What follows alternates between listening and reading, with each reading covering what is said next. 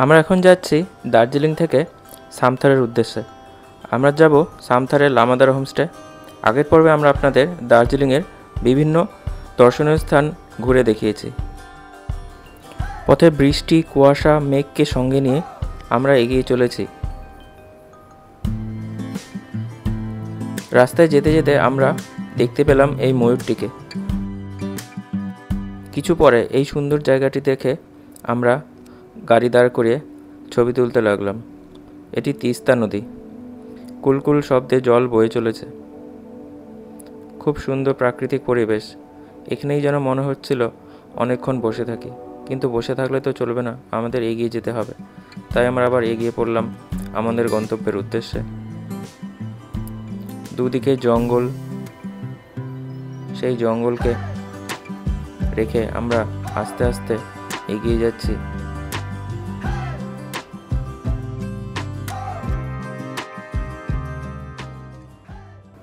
দার্জিলিং থেকে রওনা হয়ে 48 কিলোমিটার পথ পেরিয়ে মোটামুটি 3.5 ঘন্টা পর আমরা চলে আসলাম লামাদার হোমস্টে। বৃষ্টিকে মাথায় নিয়েই আমরা এখানটায় ঢুকলাম। ছিটেফোঁটা বৃষ্টি পড়ছিল।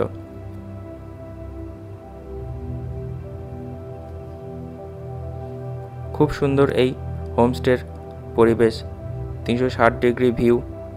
একদিকে পরিষ্কার দিনে কাঞ্চনজঙ্ঘা ও আরেক দিকে তিস্তা নদীর ভিউটিও দেখা যায়। এখানে 11টি কটেজ রয়েছে। কটেজগুলো খুব সুন্দর। এক একটি কটেজ এক এক রকম রং করা রয়েছে। এবার চলুন ঘরে যাই। ঘরে দেখুন রয়েছে আলমারি। ঘরটি সুন্দর কাঠের ফিনিশ করা। লাইটগুলিও খুব সুন্দর। বড় বিছানা, 3 জন অনায়াসে শুয়ে যেতে পারবে। 2টো চেয়ার ও একটি টুল রয়েছে। খুব সুন্দর চকচকে কাঠের ফিনিশ করা দেওয়াল। বাথরুমটিও পরিষ্কার। গিজার রয়েছে। এরপরে আমরা ফ্রেশ হয়ে চলে আসি লাঞ্চ করতে। লাঞ্চে ছিল ভাত, ডাল, ডিমের কারি, একটি সবজি, পাঁপড় এবং স্যালাড। খাবারের স্বাদ খুব দারুণ ছিল। এরপর সন্ধ্যাবেলায় আমাদের স্ন্যাক্সে দেওয়া হয় পেঁয়াজের পকোড়া। তারপর রাতের বেলায় আমরা হোমস্টের বাইরে বেরিয়ে কিছুক্ষণ সময় কাটাই। কিছুক্ষণ বলতে অনেকক্ষণই সময় কাটিয়েছিলাম। খুব সুন্দর লাগছিল এই পরিবেশ। তার মধ্যে ছিল খুব ঠান্ডা, হাওয়াও বইছিল খুব জোরে, তাই ঠান্ডা খুব লাগছিল।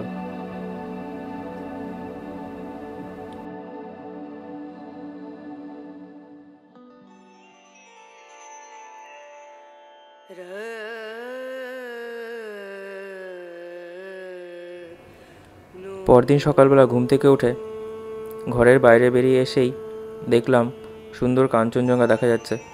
আমার ঘুম থেকে উঠতে একটু দেরি হয়ে গেছিলো, তাই কাঞ্চনজঙ্ঘাটা সম্পূর্ণ পরিষ্কার দেখতে পারিনি। তাও যা দেখেছি আপনাদের চোখের সামনে তুলে ধরলাম। আপনারাও দেখুন আমার সাথে সাথে।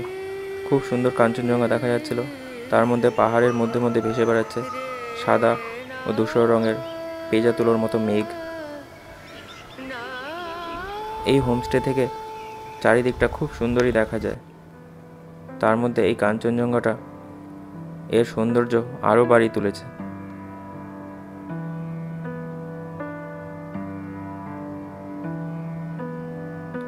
দেখে নিন আমাদের লামাদার হোমস্টের এই ঘরগুলো কত সুন্দর দেখতে, এবং এখানে সবুজ রঙের আর্টিফিশিয়াল ঘাস বেছানো আছে। এখানে বাচ্চারা অনায়াসে খেলতে পারে ও বাচ্চাদের খেলার জন্য একটি ছোট্ট স্লিপারও রয়েছে। এই ফুলগুলো হোমস্টের চারিদিকে টবের মধ্যে বসানো ছিল। খুব সুন্দর রঙের এই ফুলগুলো।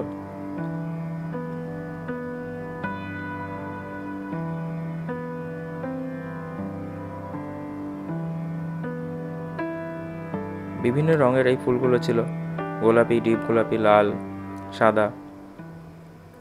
যাই হোক, আমরা সকালবেলা চলে আসলাম ব্রেকফাস্ট করতে। ব্রেকফাস্টে ছিল পুরি, সবজি ও আচার। ব্রেকফাস্টের পর আমরা এদের কিচেনটিও ঘুরে দেখলাম। খুব পরিষ্কার পরিচ্ছন্ন এবং সবাই মিলে কাজ করছে আনন্দে। চলুন আমরা এবার বেরিয়ে পড়ি আমাদের দর্শনীয় স্থান ঘুরে দেখার জন্য। আমরা প্রথমে কালিম্পংয়ের উদ্দেশ্যে রওনা হলাম। কালিম্পং শহর আমরা একটু ঘুরে দেখব।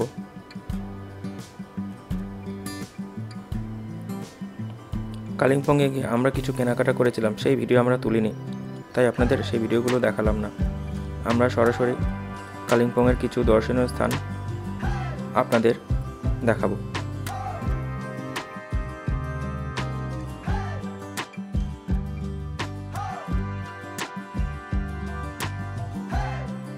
পথ অনেক ব্রিজ পেরিয়ে আমরা আমাদের দর্শনীয় স্থানগুলো দেখতে এগিয়ে যাচ্ছি।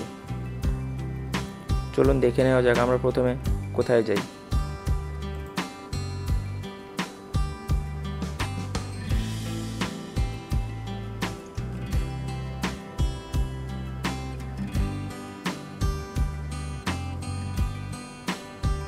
আমরা প্রথমে এসে পৌঁছালাম ডেলো পাহাড়ের কাছাকাছি একটি জায়গায়। এখানে বুদ্ধ মূর্তি রয়েছে এবং ছোট্ট পার্কের মতনও রয়েছে। এই স্থানটি খুবই সুন্দর, পরিষ্কার পরিচ্ছন্ন ও নিরিবিলি। অনেকে ছবিও তুলছিল এখানটা দাঁড়িয়ে, আমরাও কিছু ছবি তুলে নিলাম। এরপর আমরা আরেকটি বুদ্ধ পার্কের উদ্দেশ্যে যাই। এই জায়গাটি ছোটোখাটো কিন্তু খুব সুন্দর।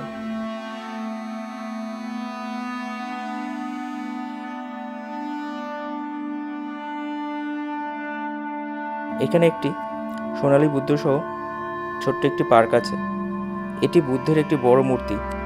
জায়গাটির পুরো পরিবেশ খুব সুন্দর এবং প্রশান্তিদায়ক। স্থানটি অবশ্যই আপনারা ঘুরে দেখুন এবং এখানকার নির্মলতা অনুভব করার জন্য আপনারা এখানে কিছুক্ষণ প্রার্থনাও করতে পারেন।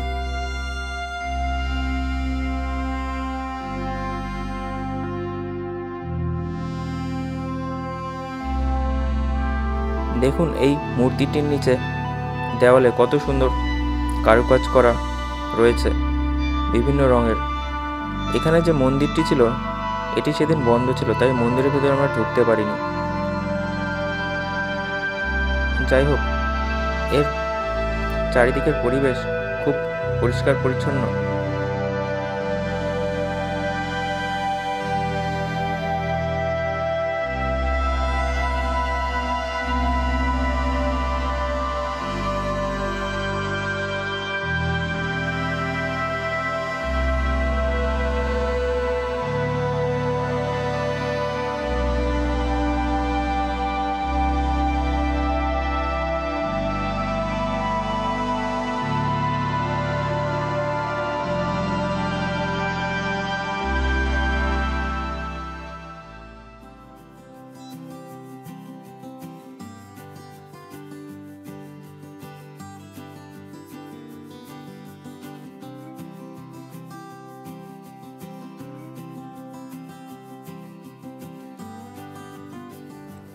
এই বুদ্ধ মূর্তি দেখার পর আমরা একটি মন্দিরে চলে আসি।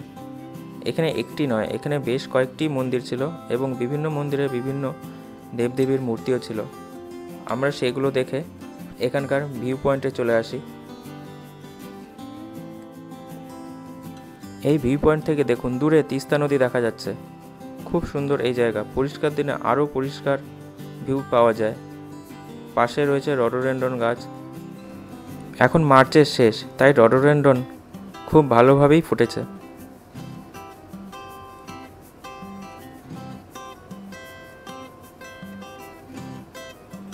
এরপর আমরা এখানকার অন্যান্য মন্দিরগুলো ঘুরে দেখতে থাকি।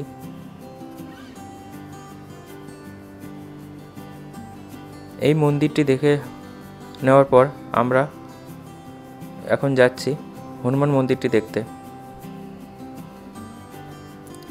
এটি কালিম্পং বাস স্টপ থেকে 8 কিলোমিটার দূরে অবস্থিত।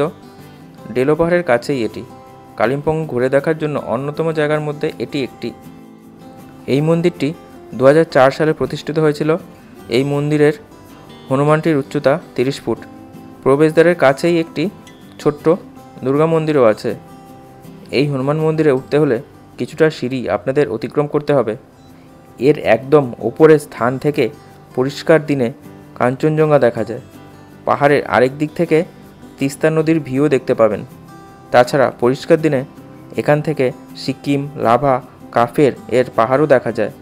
ডেলো পাহাড়ে যাবার সময় আপনারা এই মন্দিরটি দেখে নিতেই পারেন, আশা করি খারাপ লাগবে না। চলুন আমরা মন্দিরের ওপরে যাই।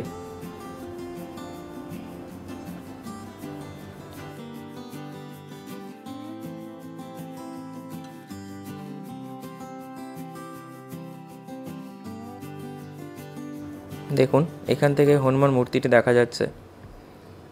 কি বিশালাকার এই মূর্তিটি, খুব সুন্দর। আমরা বেশ কিছু সময় দাঁড়িয়ে এই মন্দিরের প্রাকৃতিক সৌন্দর্য অনুভব করলাম। এই দেখুন এখানে ছোট্ট একটি মন্দিরে কিছু মূর্তিও রয়েছে। এর পাশ থেকেই সিঁড়ি দিয়ে উঠে যাওয়া যায় এই হনুমান মূর্তিটির কাছাকাছি।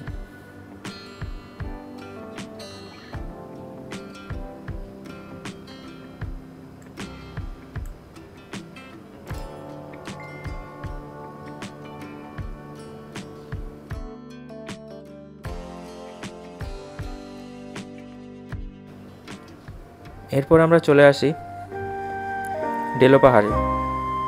কালিম্পং থেকে এখানকার দূরত্ব 5 কিলোমিটার। এই ডেলো পার্ক 1704 মিটার উচ্চতায় অবস্থিত। এখানে সুন্দর ফুল গাছের বাগান ও বাচ্চাদের খেলার পার্কও রয়েছে। এই পাহাড়টি কালিম্পংয়ের সর্বোচ্চ স্থান। এখানে রয়েছে ডেলো ট্যুরিস্ট লজ।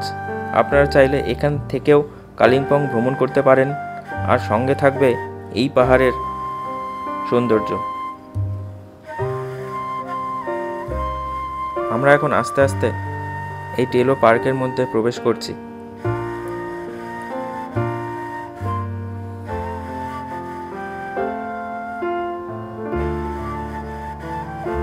সুন্দর রং বেরঙের ফুল দিয়ে ঘেরা এই পার্ক। অনেকটা সময় কাটিয়ে দিতে পারবেন এই পার্কে আসলে। 1 থেকে 2 ঘন্টা আপনারা অনায়াসে কাটিয়ে যেতে পারেন এই পার্কে, আশা করি খারাপ লাগবে না। বাচ্চাদের আরও প্রিয় লাগবে এই পার্কটি, কারণ এই পার্কের মুখেই রয়েছে বেশ কিছু ব্যাটারি চালিত গাড়ি, যা চড়ে এই পার্কের মধ্যে ওরা ঘোরাঘুরি করতে পারবে। যাই হোক, আমরা আস্তে আস্তে পার্কটি দেখে এই পাহাড়ের ওপরে আরেকটি সুন্দর জায়গায় উঠে আসি। এখানেও রয়েছে বাচ্চাদের খেলার জায়গা, রয়েছে ঘোড়ার পিঠে চড়েও আপনারা ঘুরতে পারবেন। আর এখানটাতেই রয়েছে ডেলো ট্যুরিস্ট লজ। এখানে রয়েছে পোশাক পরে ছবি তোলার সুযোগ, রয়েছে বেশ কিছু খাবারের স্টল,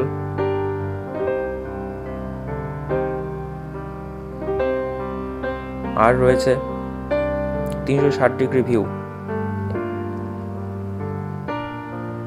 এখান থেকে প্যারাগ্লাইডিংও করা যায়, আপনারা চাইলে এখানে এসে প্যারাগ্লাইডিংও করতে পারেন। ডেলো পাহাড় থেকে আমরা এরপর চলে আসি আমাদের হোমস্টে।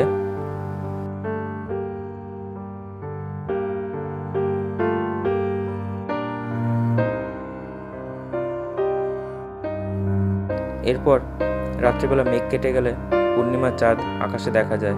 আজ ছিল দোল পূর্ণিমার আগের দিন, তাই পূর্ণ চন্দ্র আমরা দেখতে পেয়েছিলাম। আজকের মতো শুভরাত্রি।